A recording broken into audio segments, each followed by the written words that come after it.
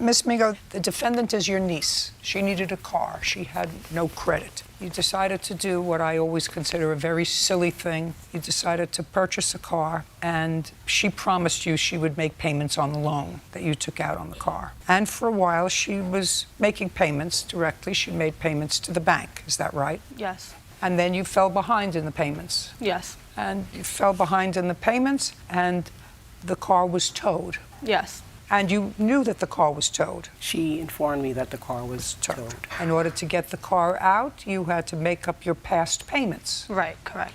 And when was the car towed, month and year? November of 2017. And you paid them at that time how much?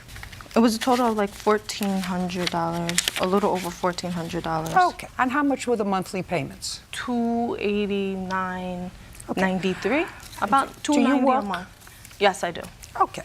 So now the car in November is towed. Miss Marshall, whose responsibility it was to make the payments, made the payments, got the car out. Correct. And then you missed the next month. No. What happened was I got the car back. I was late on the payments because I was on bed rest. Listen to me. It matters not to her why you were late on the payments. It affects her credit.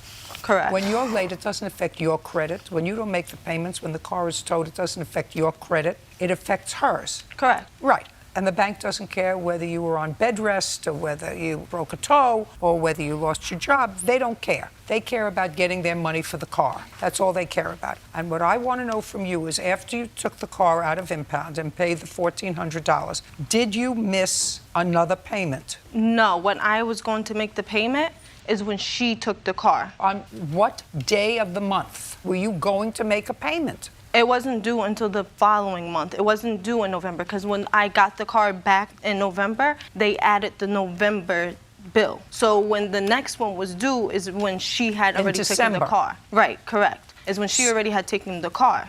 Okay. And now also, I wasn't able to pay it because she changed the passwords to everything. No. What I want to know is Miss Mingo is going to show me, I assume, because her reason for towing the car and having the car towed back to the bank, because that's what this case is about. She had the car picked up, towed back to the bank. They sold it at a shortfall, and she's now in the hole for about $9,000. So after November of 2017, did you receive a notice from the bank that the payment was delinquent? I have a statement in December that she had a past due payment and a current payment, and she owed them $982. May I see that, please?